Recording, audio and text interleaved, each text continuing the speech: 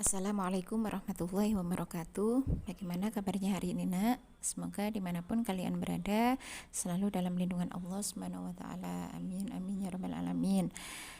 Nah, kalian pasti sudah melaksanakan disiplin diri, nggih? Sudah mandi, sudah berpakaian seragam yang rapi, sudah melaksanakan sholat duha, dan pasti juga sudah sarapan. Nah, hari ini kita akan belajar tema 1, subtema 4, hidup rukun di masyarakat, pembelajaran yang kelima dan 6. Silakan dibuka buku penanya halaman 74. Di situ ada menyampaikan penolakan dengan kalimat sederhana. Nah, ayo kita ingat kembali kalimat penolakan itu apa sih? Kalimat penolakan itu adalah kalimat yang kita gunakan untuk menolak ajakan atau tawaran seseorang.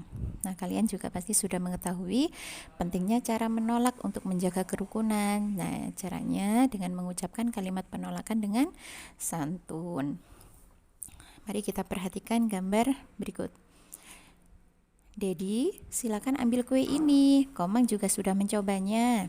Terima kasih Fitri, maaf aku masih kenyang sekarang. Nah, di situ terlihat Fitri menawarkan kue kepada Dedi, namun Dedi masih kenyang. Nah, untuk menolaknya agar tetap terjaga kerukunan, maka yang dikatakan Dedi adalah terima kasih Fitri, tetap berterima kasih. Kemudian meminta maaf, maaf aku masih kenyang sekarang. Seperti itu nggih, nak nggih. Nah, yuk kita kerjakan ini bersama-sama, kita jawab bersama-sama nggih.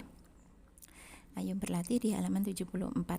Di situ ada gambar antara Jonas dan Dedi. Jonas, ayo kita bermain bola basket. Maaf Dedi, aku tidak bisa karena aku harus menyelesaikan tugas rumah. Nah, yuk kita jawab bersama-sama. Siapa yang mengajak untuk bermain bola basket? Siapa, nak? Ya, benar, yang mengajak adalah Dedi. Apakah ada penolakan pada percakapan tersebut? Apakah ada? Pintar sekali. Ada nggih? Nah, yang mana kalimat penolakannya? Kalimat penolakannya adalah yang maaf Dedi, aku tidak bisa karena aku harus menyelesaikan tugas rumah. Pintar sekali. Nah, apakah kalian bisa membuat contoh kalimat penolakan? Coba kita membuat contoh penolakan nggih. Jika kita disuruh membuat kalimat penolakan, menolak ajakan bermain karena sakit, berarti bagaimana kata-katanya? Kalimatnya seperti apa?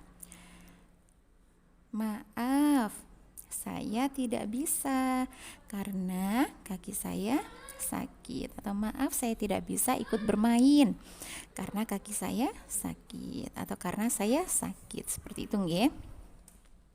Nah, sekarang mari kita perhatikan halaman 75. Menyebutkan pengamalan sila ketiga Pancasila di lingkungan masyarakat. Nah, pasti ingat nggih, sila ketiga itu seperti apa? Sila ketiga itu yang berbunyi Persatuan Indonesia. Nah, berikut contoh pengamalan sila ketiga di masyarakat. Yang pertama, mempelajari tarian daerah. Jadi yang kedua, bangga menggunakan produk buatan dalam negeri. Jadi kita harus bangga dengan hasil karya negeri kita sendiri. Yang ketiga, bersahabat dengan teman dari berbagai suku. Jadi kita tidak boleh pilih-pilih teman. Kemudian yang keempat, bekerja sama menjaga keamanan di lingkungan sekitar. Contohnya ronda malam, seperti itu nggih. Nah, yuk kita kerjakan, ayo berlatih. Berikut bersama-sama. Berikan tanda centang pada sikap yang sesuai sila ketiga Pancasila di masyarakat. Yang pertama, Pak RT dan warganya mengadakan ronda setiap malam. Sesuai atau tidak, nak? Ya, pintar sekali. Sesuai nggih, silakan diberi centang. Maria dan Lani mempelajari tari kecak bersama Ibu Made. Sesuai atau tidak? Nah, pintar sekali. Sesuai nggih, silakan diberi centang. Pak Rudi melaporkan pelaku pencurian kepada pihak berwajib. Sesuai atau tidak? Ya, pintar, sesuai nggih, silakan diberi centang. Pak RT mengimbau warganya untuk menggunakan pupuk buatan dalam negeri. Sesuai atau tidak, sayang? Nah, sesuai nggih, silakan diberi centang. Yang kedua, sebutkan sikap yang tidak sesuai dengan sila ketiga Pancasila pada tabel di atas. Apakah ada yang tidak sesuai? Nah, karena semuanya kita centang, berarti semua sesuai dengan sila ketiga Pancasila. Ngaten nggih? Nah, sekarang silakan dibuka halaman 76. Pembelajaran yang keenam, mengidentifikasi kalimat penolakan dalam dongeng. Nah, tentu kalian pernah nggih membaca dongeng, membaca buku cerita. Nah, ketika di buku cerita itu juga ada kalimat penolakannya. Nah, yuk kita coba lihat nggih di dongeng berikut. Rangrang si semut merah. Rangrang dan teman-temannya selalu mencari makan bersama-sama. Suatu ketika, Rangrang bosan bersama. Ia mencari makan sendiri. Rangrang menemukan gula batu yang besar. Ia merasa senang. Senangnya aku makan sendiri, kata Rangrang. Keesokan harinya, teman-teman Rangrang datang. Hai Rangrang, bolehkah kami mencicipi gula batumu? Rangrang tidak mempedulikan teman-temannya. Aku tidak mau berbagi dengan kalian. Nanti aku tidak kenyang. Teman-teman Rangrang merasa kecewa dengan sikap Rangrang. Ketika sedang menikmati gula batu, ada seekor tapir hendak memangsa Rangrang. Teman-teman Rangrang pun membantunya. Rangrang merasa tidak enak akan sikapnya. Ia kemudian meminta maaf kepada teman-temannya. Rangrang pun berjanji akan membagi gula batunya. Nah, dari dongeng tersebut, apakah ada kalimat penolakannya? Nah, ada nggih? Yang mana sayang? Ya, pintar sekali. Aku tidak mau berbagi dengan kalian. Nanti aku tidak kenyang. Nah, itu nggih. Jadi itu merupakan kalimat penolakan, tapi kalimat penolakannya dengan tutur kata yang tidak baik ya sayang ya. Nah, jadi sebaiknya bagaimana kalau menolak dengan tutur kata yang baik? Nah, maaf teman-teman. Nah, seperti itu nggih, menggunakan kata maaf. Nah, bisa nggih sayang? Nah, alhamdulillah. Nah, sekarang silakan diperhatikan di halaman 77 menyebutkan pengamalan sila keempat dan kelima Pancasila di masyarakat. Nah, pasti masih ingat nggih sila keempat dan sila kelima. Pengamalan Pancasila harus dilakukan dalam hidup bermasyarakat. Contoh pengamalan sila keempat dan sila kelima sebagai berikut. Nah, mari kita perhatikan. Di situ ada contoh pengamalan sila keempat Pancasila. Menghormati pendapat orang lain. Bagaimana jika kita bekerja bakti besok? Wah, ide bagus, Pak. Nah, seperti itu nggih. Jadi, kita harus menghormati pendapat orang lain. Kemudian pengamalan sila kelima Pancasila. Gotong royong membersihkan lingkungan. Nah, di situ mari kita kerja bakti membersihkan lingkungan. Nah, seperti itu nggih. Jadi harus gotong royong, bekerja sama.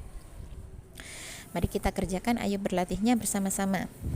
Berilah tanda centang yang menunjukkan sikap sesuai sila keempat Pancasila di lingkungan masyarakat. Nah, di situ ada menghadiri pemilihan ketua RT, sesuai atau tidak, Nak?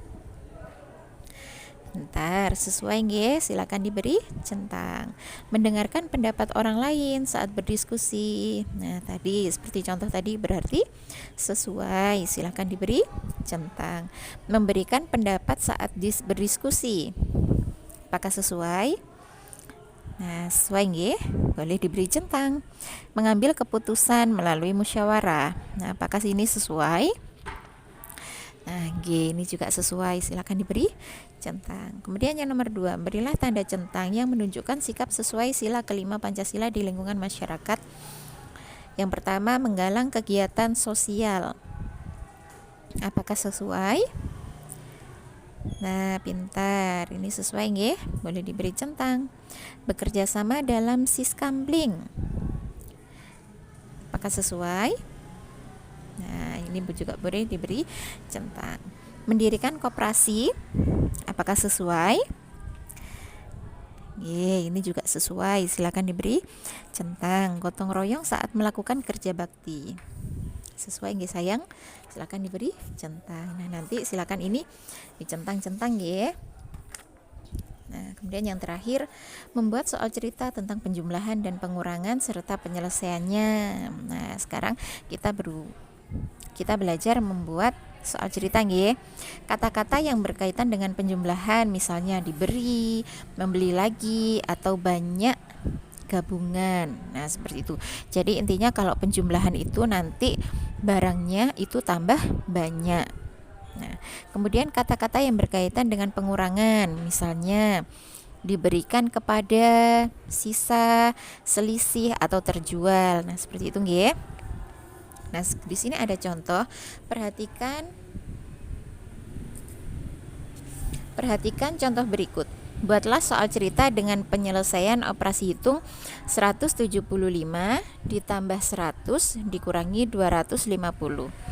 Nah, penyelesaiannya. Contohnya di sini, di toko buku ada persediaan 175 buku tulis. Karena di situ ditambah, berarti nanti tambah banyak nggih. Penjual membeli lagi. Nah, di sini memakai membeli lagi. Persediaan sebanyak 100 buku. Nah, kemudian di situ ada dikurangi. Jika buku terjual, nah terjual berarti bukunya berkurang nggih. Jadi dikurangi 252. Berapa banyak buku sekarang? Nah, pasti bisa nggih. Jadi hari ini kita membuat soal cerita. Nanti silakan bekerja sama dengan Bunda, dibantu Bunda nggih membuat soal cerita. Kemudian dihitung sekalian nggih sayang, bisa nggih? Nah, nanti yang dikerjakan nomor 1, 2, 3, 6 dan 7. Ngaten. Bisa nggih nak nggih? Insyaallah bisa. Nanti jika ada yang kurang paham boleh ditanyakan Bu Guru atau boleh tanya Bunda. Itu saja yang dapat Bu Guru sampaikan. Semoga ilmu yang kita pelajari hari ini bermanfaat. Kurang lebihnya Bu Guru mohon maaf. Pesan Bu Guru tetap sehat nggih sayang nggih. Sehat-sehat selalu. Tetap menjaga protokol kesehatan nggih. Itu saja. Salat waktunya sholat 5 waktunya juga dijaga. Itu saja diakhiri Bu Guru. Wassalamualaikum warahmatullahi wabarakatuh.